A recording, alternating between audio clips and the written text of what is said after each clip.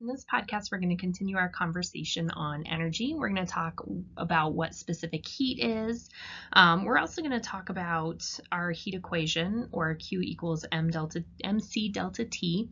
And we'll be able, at the end of this, to calculate how much heat is absorbed or lost for a particular substance. Just as a refresher, remember that heat is a form of energy and we measure it either in calories or joules. And I know before we talked about a nutritional calorie, get that out of your mind for this particular podcast. We're talking about chemistry calories, if you will, and joules. So you do need to know the conversion for calories to joules. So 1 calorie is equal to 4.184 joules. You have to have this memorized, but really the more you practice these problems, it's going to become something you can't get out of your head anyway. Okay, so specific heat is the amount of energy that's needed to raise the temperature of 1 gram of substance by 1 degree Celsius. So essentially, if we have something and we would like to increase the temperature of it, how much energy am I going to have to put in order to achieve that temperature? This is a thermal property. When we talk about specific heat, we're talking about the heat holding ability of the substance. How readily or how easily or how difficult is it to increase the temperature? If something has a large or a high specific heat, you can think of it as obtaining those higher temperatures very slowly. So it's going to take a lot of energy in order to increase the temperature of that substance. You can think of the opposite as well being true. If it has a small or a low specific heat, it's going to obtain high temperatures very quickly. So it's not going to take a lot of energy for that substance to change in temperature. One of the examples I like to use are the pots and pans that you have in your kitchen. Typically, metals like copper and iron and aluminum are going to have really low specific heats. So what that means is when you put them on the stove and you start adding energy to those metals, they're going to heat up really quickly. It's not going to take a ton of energy or a ton of time for you to reach those cooking temperatures. The handle of the pot tends to be made out of substances that don't achieve high temperatures quickly. This is important for us because we want to grab them with our bare hands. So the handle of the pot is going to have a high specific heat or a large specific heat because of that. All right. The symbol for specific heat, we are usually in class, we'll use an S for that, but you may see it shown as SH for specific heat or just S, but we're going to try to stick to using the symbol C for it. Now, every different substance is going to have a different specific heat or a different C value. In this course, unless you're otherwise told, we are going to assume that the substance you're dealing with is liquid water.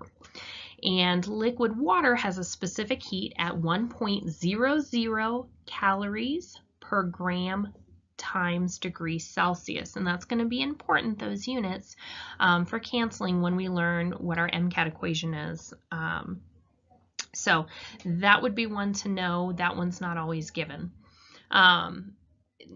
Keep in mind when we have solid water or ice, or if we have a gaseous water vapor, that C value is going to change. But for us, we're going to kind of stick with liquid water because it's an easy number to add in and we can multiply everything by 1. So this is a table from your book that goes over some of the specific heats of different substances, and I always like to compare the specific heat of water to all of our other substances. And water is kind of special. It has a really high specific heat, which means it takes a lot of energy to change the temperature of 1 gram of that substance, which if you think about it for life, this is a really, really good idea. We have these large oceans, these large bodies of water, and every day we have this huge energy source, the sun beating down on it.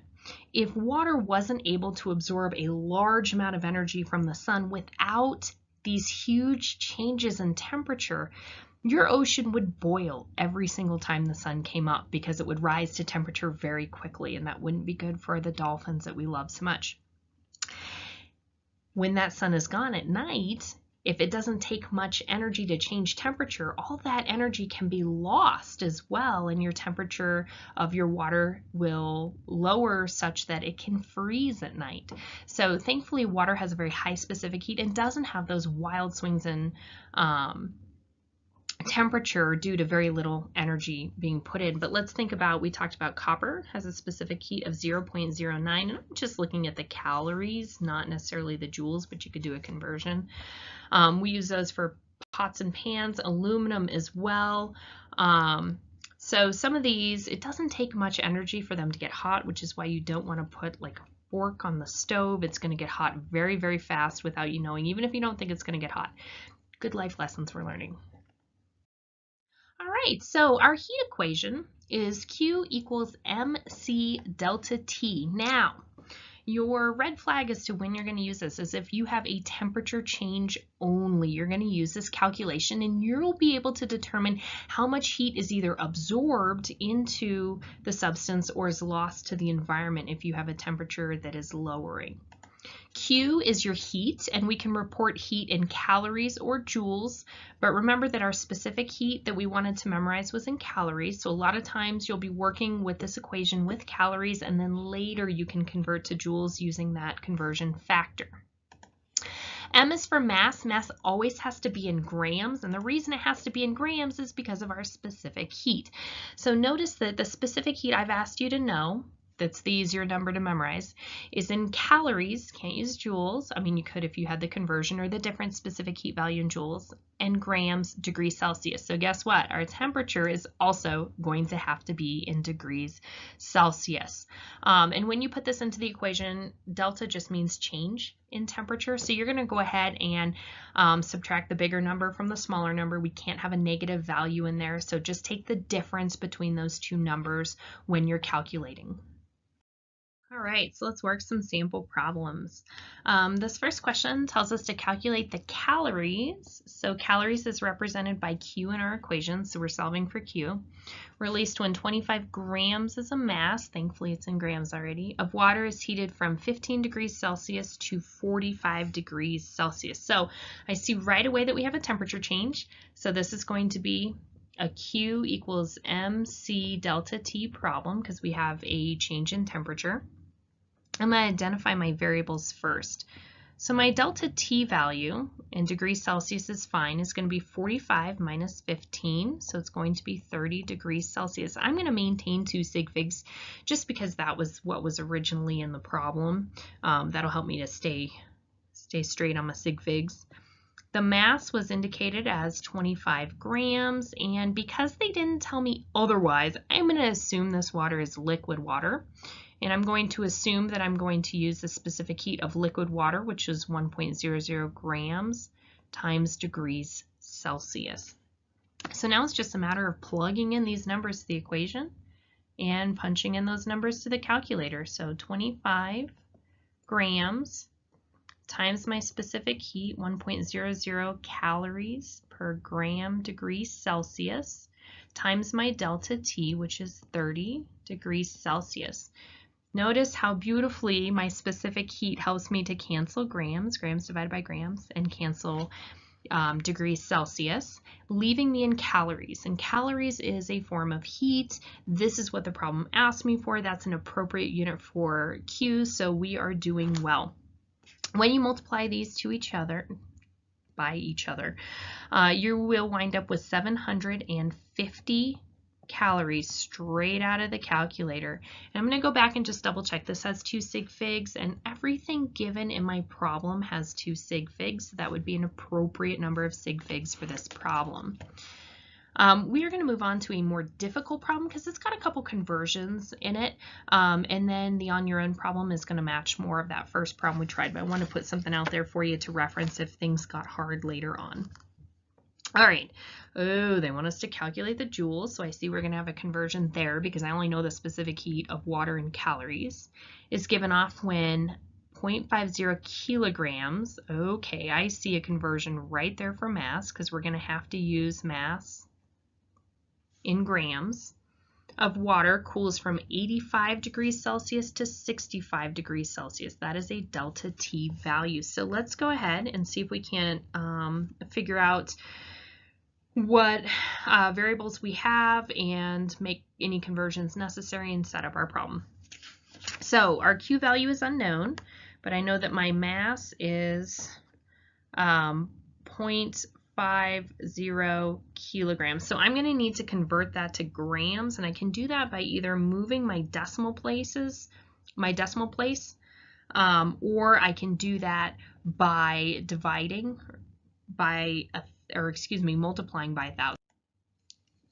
Okay, so I'm going to save this conversion. Actually, I'm just going to do the conversion. This is going to be 500. So I move my decimal 1, 2, 3 to the left, which gives me 500 grams. I'm not going to worry about sig figs right here because I'm going to go back to the problem and look and see, yes, I have 2 sig figs. We're just going to leave it as is rather than putting it into scientific notation just to calculate it right back out again.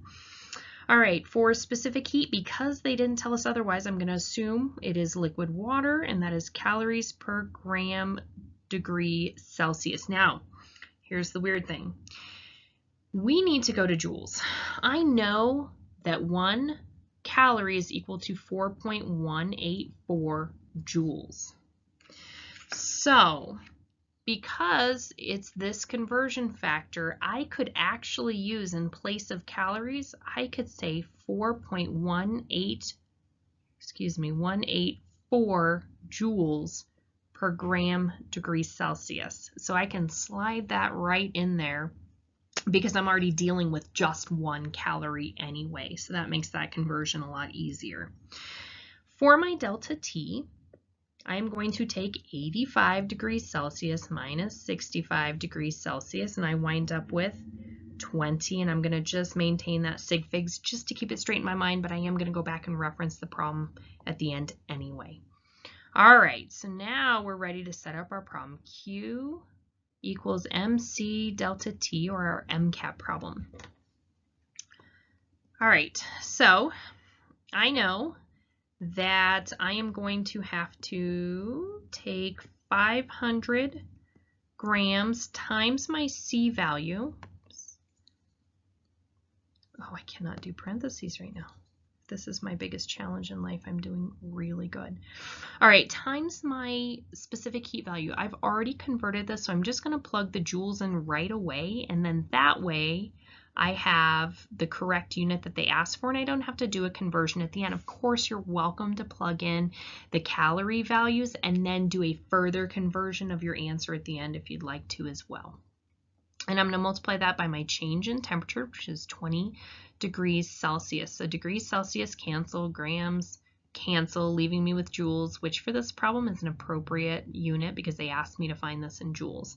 Straight out of the calculator, I get 41,840, which is not the correct amount of sig figs. I need 2 sig figs. 1, 2, draw my line in the sand. I'm going to round up, and then I'm going to use zeros as placeholders, and my unit is joules. So 42,000 joules are lost when 0.5 kilograms of water cools from 85 degrees Celsius to 65 degrees Celsius.